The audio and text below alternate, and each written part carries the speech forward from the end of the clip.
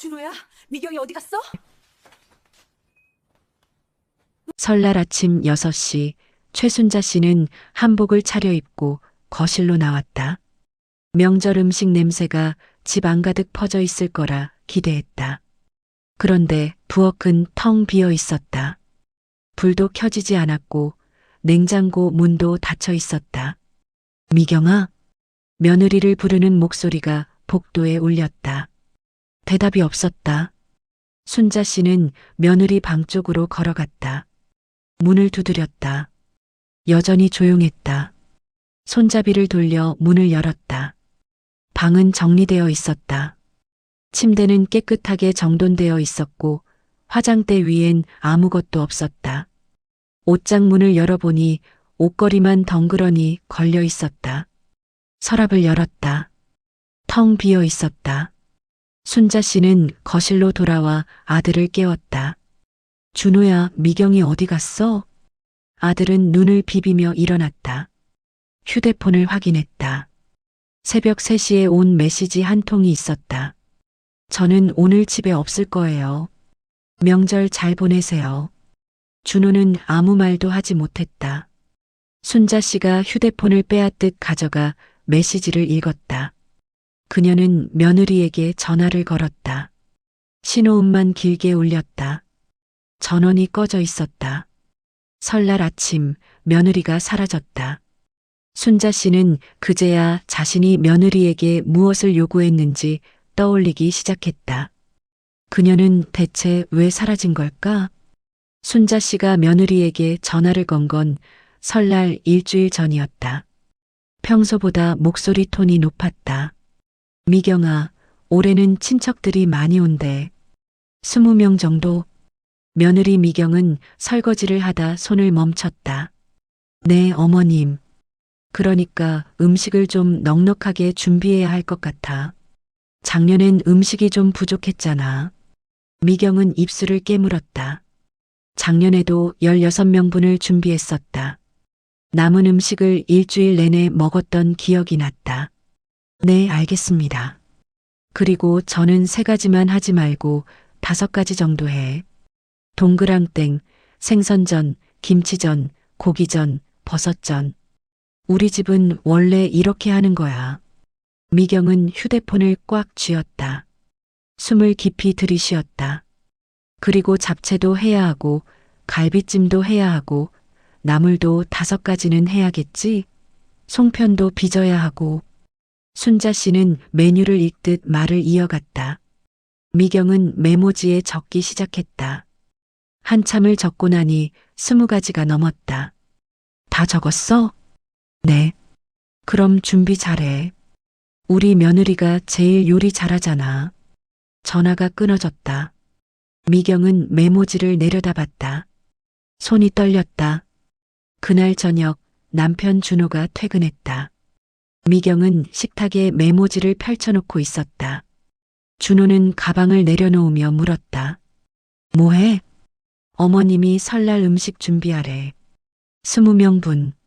준호는 냉장고에서 물을 꺼내 마셨다. 대답이 없었다. 20가지 넘게 준비하래. 응, 엄마가 그러시면 해야지. 미경은 남편을 쳐다봤다. 나 혼자? 내가 뭘 도와줘? 난 요리 못하잖아. 준호는 거실로 가서 TV를 켰다. 미경은 메모지를 구겨 쓰레기통에 던졌다가 다시 주워 폈다. 구겨진 종이 위로 그녀의 손이 천천히 움직였다. 그날 밤 미경은 잠들지 못했다. 옆에서 남편은 곤히 자고 있었다. 그의 고른 숨소리가 들렸다. 미경은 천장을 바라봤다. 설날 사흘 전부터 미경은 장을 보기 시작했다. 대형마트 카트에 재료를 가득 담았다. 계산대에서 금액을 확인할 때마다 한숨이 나왔다. 30만 원이 넘었다. 집에 돌아와 재료를 정리했다. 냉장고가 꽉 찼다. 미경은 그날부터 본격적으로 음식을 준비하기 시작했다. 나물을 다듬고 고기를 재우고 생선을 손질했다. 밤 11시가 넘어서야 일을 마쳤다. 준호는 이미 자고 있었다. 다음 날도 그 다음 날도 똑같았다. 미경은 혼자서 부엌에 섰다. 전을 부치고 잡채를 만들고 갈비찜을 끓였다. 기름 냄새가 온몸에 배었다. 설날 하루 전날 밤 미경은 마지막 음식을 포장하고 있었다. 순자 씨에게서 전화가 왔다. 미경아, 내일 아침 일찍 와야 해. 아침 7시까지. 차례 준비해야 하니까. 네. 그리고 음식 가져올 때 국도 끓여서 가져와. 떡국 육수? 전화가 끊어졌다. 미경은 휴대폰을 식탁에 내려놨다. 시계를 봤다. 밤 12시였다. 내일 아침 7시까지 가려면 새벽 5시에 출발해야 했다. 미경은 천천히 자리에서 일어났다. 방으로 걸어갔다. 옷장을 열었다. 미경은 여행 가방을 꺼냈다. 옷을 개어 담기 시작했다. 조용히, 천천히. 남편이 깨지 않도록. 세면도구를 챙기고, 충전기를 챙기고, 지갑을 챙겼다. 가방을 다 싸고 나서 침대 옆에 앉았다. 남편은 여전히 자고 있었다. 미경은 휴대폰을 꺼내 메시지를 작성했다. 지우고, 다시 쓰고, 또 지웠다. 마지막으로 짧게 썼다. 저는 오늘 집에 없을 거예요. 명절 잘 보내세요. 전송 버튼을 눌렀다. 미경은 휴대폰을 껐다. 가방을 들고 조용히 집을 나섰다. 현관문이 살며시 닫혔다. 새벽 3시, 거리는 조용했다. 미경은 택시를 잡아 타고 호텔로 향했다. 순자 씨는 아들에게 며느리 방을 보여줬다. 준호는 빈 옷장을 멍하니 바라봤다. 어머니가 뭐라고 하셨어요? 준호가 물었다. 순자 씨는 거실로 나가 소파에 앉았다. 나는 그냥 명절 음식 준비하라고 했지. 몇 가지요? 순자 씨는 입을 다물었다. 생각해보니 정확히 기억나지 않았다. 전화로 이것저것 말했던 기억만 났다. 20명분 준비하래요? 준호의 목소리가 조금 높아졌다. 순자 씨는 고개를 돌렸다. 친척들 오잖아. 당연히 준비해야지. 혼자요? 그럼 누가 해? 며느리가 하는 거지. 준호는 아무 말도 하지 못했다. 순자 씨는 휴대폰을 다시 들었다. 며느리에게 계속 전화를 걸었다. 여전히 전원이 꺼져 있었다. 시간이 흘렀다. 오전 9시가 되었다. 친척들이 도착하기 시작했다. 순자 씨는 현관에서 손님을 맞았다. 미경이는? 친척 중 한 명이 물었다. 순자 씨는 애써 웃으며 대답했다. 급한 일이 생겨서 잠깐. 하지만 시간이 지나도 며느리는 돌아오지 않았다. 부엌은 여전히 비어 있었다. 차례상도 차리지 못했다. 친척들은 수군거리기 시작했다. 점심시간이 되었다. 음식이 없었다. 순자 씨는 급하게 남은 반찬을 꺼냈다. 김치, 계란말이, 멸치볶음. 차례상은커녕 식사 대접도 제대로 하지 못했다. 친척들은 일찍 일어나 떠나기 시작했다. 인사도 짧았다. 순자 씨는 현관문을 닫고 그 자리에 주저앉았다. 준호는 거실 한쪽에 앉아 있었다. 순자 씨가 아들을 쳐다봤다. 내가 평소에 미경이한테 잘해줬어? 준호는 고개를 들지 못했다. 당신이 도와줬어야지. 명절 준비를 혼자 하라고. 순자 씨의 목소리가 떨렸다. 하지만 그녀도 알고 있었다. 문제는 아들만이 아니었다. 그날 저녁 순자 씨는 혼자 부엌에 앉아 있었다. 며느리가 준비했을 메뉴 목록을 떠올렸다. 전 5가지, 나물 5가지, 갈비찜, 잡채, 떡국, 송편. 그녀는 한 번도 혼자서 그 많은 음식을 만들어 본 적이 없었다. 며느리는 매년 혼자 해냈다. 같은 시각 미경은 호텔방에 누워 있었다. TV에서는 설날 특집 프로그램이 나오고 있었다. 그녀는 천장을 바라봤다. 휴대폰은 여전히 꺼져 있었다. 켜고 싶지 않았다. 전화가 몇 통이나 왔을지 상상이 갔다. 하지만 지금은 듣고 싶지 않았다. 미경은 룸서비스로 저녁을 시켰다. 작은 테이블에 혼자 앉아 식사를 했다. 조용했다. 누구도 요구하지 않았다. 설거지도 하지 않아도 됐다. 식사를 마치고 창밖을 내다봤다. 거리는 한산했다. 대부분의 사람들이 가족과 함께 있을 시간이었다. 미경은 처음으로 혼자만의 명절을 보내고 있었다. 죄책감이 들었다. 하지만 동시에 홀가분했다. 더 이상 누군가의 기대를 짊어지지 않아도 됐다. 그녀는 침대에 누워 눈을 감았다. 오랜만에 깊은 잠에 빠져들었다. 설날 다음 날 아침 순자 씨는 일찍 일어났다. 며느리 방 앞에 섰다. 문을 열었다. 여전히 비어 있었다. 그녀는 부엌으로 가서 커피를 끓였다. 준호가 일어나 거실로 나왔다. 엄마, 미경이한테 연락했어요? 전화가 안 돼. 문자는요? 순자 씨는 고개를 저었다. 준호는 자신의 휴대폰을 확인했다. 미경에게서 아무 연락도 없었다. 제가 찾아봐야 할까요? 어디를 찾아? 어디 갔는지도 모르는데. 모자는 침묵했다. 순자 씨가 먼저 입을 열었다. 내가 너무 심했나? 준호는 대답하지 않았다. 순자 씨는 커피잔을 내려놨다. 매년 당연하게 생각했어. 며느리가 명절 음식 준비하는 게. 저도요. 준호의 목소리가 작았다. 순자 씨는 아들을 쳐다봤다. 너는 도와주지도 않았잖아. 엄마도 그러라고 하셨잖아요. 우리 집 며느리는 원래 혼자 한다고. 순자 씨는 할 말이 없었다. 사실이었다. 설날 사흘째 되는 날 미경의 휴대폰이 켜졌다. 순자 씨는 즉시 전화를 걸었다. 이번에는 연결됐다. 여보세요. 미경의 목소리였다. 순자 씨는 한참을 말하지 못했다. 미경아, 어디 있어? 밖에 있어요. 언제 들어올 거야? 미경은 잠시 침묵했다. 아직 모르겠어요. 명절인데 집에 있어야지. 가족이. 어머님. 미경이 순자 씨의 말을 끊었다. 저도 가족이에요.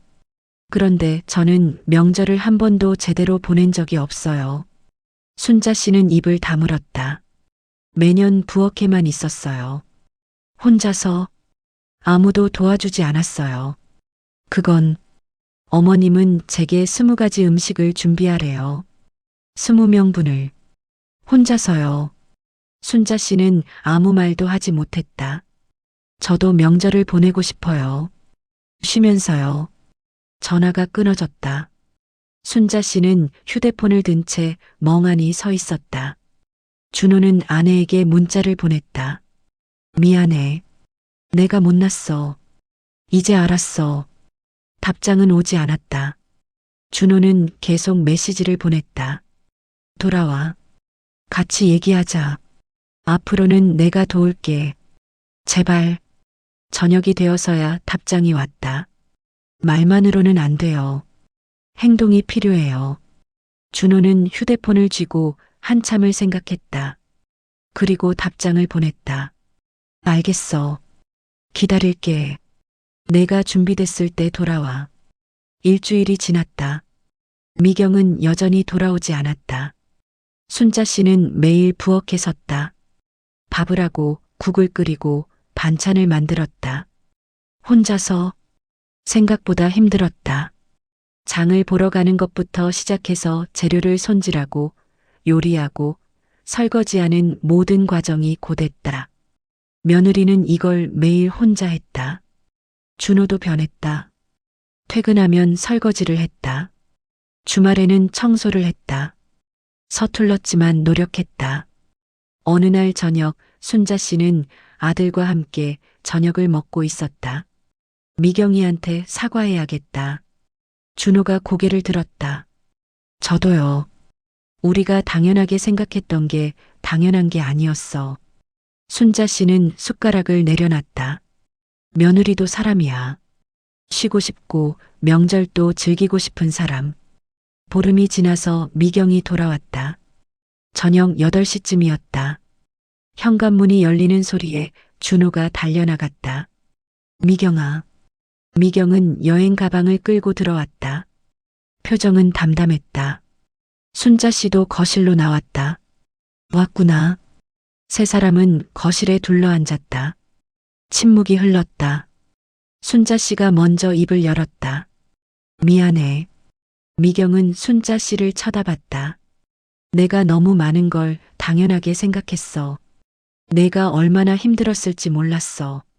미경은 아무 말도 하지 않았다. 앞으로는 달라질 거야. 명절 준비도 같이 하고 집안일도 나눠서 하고. 준호도 고개를 숙였다. 나도 미안해. 앞으로는 내가 도울게. 미경은 두 사람을 번갈아 쳐다봤다. 그리고 천천히 입을 열었다. 말만으로는 안 돼요. 순자 씨와 준호는 고개를 끄덕였다. 행동으로 보여주세요. 다음 명절 때 제가 아무것도 안 해도 괜찮다는 걸. 그래. 순자 씨가 대답했다. 미경은 자리에서 일어났다. 오늘은 피곤해요. 쉬고 싶어요. 그녀는 자신의 방으로 들어갔다. 문이 닫혔다. 다음 날 아침 미경이 일어났을 때 부엌에서 소리가 났다. 나가보니 순자 씨가 아침을 준비하고 있었다. 일어났어? 조금만 기다려. 거의 다 됐어. 미경은 식탁에 앉았다. 준호가 설거지를 하고 있었다. 미경은 그 모습을 조용히 지켜봤다. 아침 식사가 차려졌다. 세 사람이 둘러앉았다. 순자 씨가 밥을 떠서 미경 앞에 놓았다. 맛있게 먹어. 미경은 숟가락을 들었다. 맛은 완벽하지 않았다. 하지만 괜찮았다. 처음으로 누군가 자신을 위해 차린 아침이었다. 식사를 마치고 미경이 일어서려 하자 준호가 말했다. 앉아 있어. 내가 할게. 준호는 그릇을 들고 부엌으로 갔다. 순자 씨도 따라 들어가 설거지를 도왔다. 미경은 식탁에 앉아 그 모습을 바라봤다. 완벽한 해결은 아니었다. 하지만 시작이었다. 미경은 처음으로 이 집에서 명절이 아닌 평범한 아침을 즐기고 있었다. 그 후로 몇 주가 지났다. 작은 변화들이 쌓여갔다. 준호는 매일 저녁 설거지를 했다. 주말에는 청소기를 돌렸다. 순자 씨는 일주일에 2번 반찬을 만들어 냉장고에 채워놨다. 미경은 여전히 요리를 했지만 이제는 혼자가 아니었다. 준호가 옆에서 재료를 썰었다. 서툴렀지만 노력했다. 어느 주말 순자 씨가 전화를 걸었다. 미경아, 이번 주말에 우리 집에 올래? 무슨 일이세요? 아니, 그냥 저녁 같이 먹자. 내가 만들게. 미경은 깜짝 놀랐다. 처음 듣는 제안이었다. 음식은 제가. 아니야. 내가 할게. 너는 그냥 와. 주말이 되었다. 미경과 준호는 시댁으로 갔다. 순자 씨는 부엌에서 저녁을 준비하고 있었다. 미경이 도우려 하자 순자 씨가 손을 저었다. 괜찮아. 앉아 있어. 저녁이 차려졌다. 음식은 완벽하지 않았다. 간이 조금 짰고 모양도 예쁘지 않았다. 하지만 따뜻했다. 맛있어요, 어머님.